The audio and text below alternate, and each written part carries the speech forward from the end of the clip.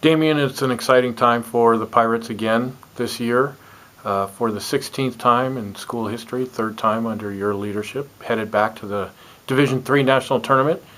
But before we look ahead, let's look back at this past weekend. What a weekend it was for the Pirates down at Whitman. Tell us about those semifinal win and championship win over UPS and Whitman. Yeah, it was a great weekend for us. I think we've really been living up to what I think our potential is.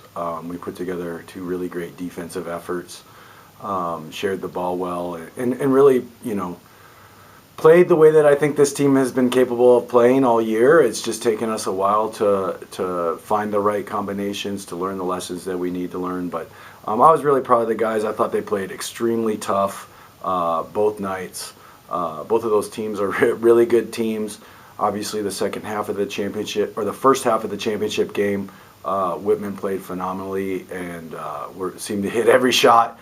But our guys really withstood it and didn't let it deflate them. They knew that if they just kept plugging away, we'd be able to make a push, and that we did in the second half. Last year, some things happened during this week that didn't play to our advantage in terms of illness and other things, and that ended up playing out in the first round game against Trinity. What kind of impact does that memory have on preparations this week?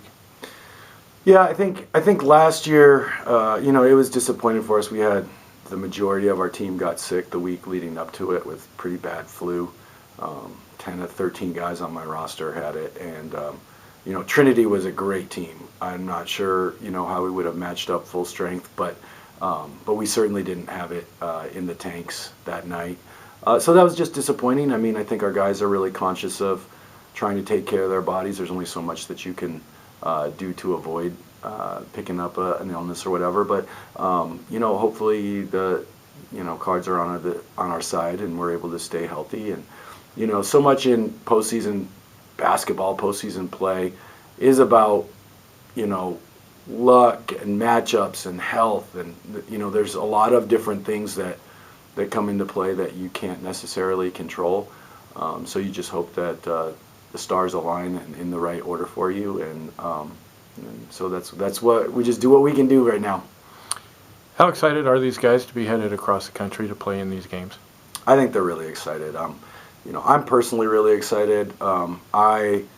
I know that this year across the nation, it was probably a difficult selection for the committee to put together. There were a lot of bubble bursts, and we didn't have to worry about that getting the AQ, but there's some good teams that were left out. There's some interesting pod matchups. I love what the championship committee did with the West Coast this year. So many times we get stuck into the same thing. Obviously, it's unfortunate the way the Texas pod turned out with just four Texas teams.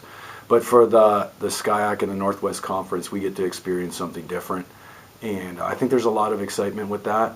Our guys are, they want it to feel like a championship experience, and going and playing out of region against teams that you don't have that much familiarity with is going to be fun. What do we know about St. John Fisher? Really good team, really good program. Kind of like us. I feel like they've been a little under the radar. I mean, not quite, in the talk of the top 25. But this is a program that I believe this is their 18th NCAA tournament appearance. So there's a lot of parallels to Whitworth in that sense. They've got an All-American player, 6'6", lanky forward wing, who's a really good player, leads them in a lot of categories. Got some guards that can go. They play really up tempo. So they definitely push the pace, and it'll be fun.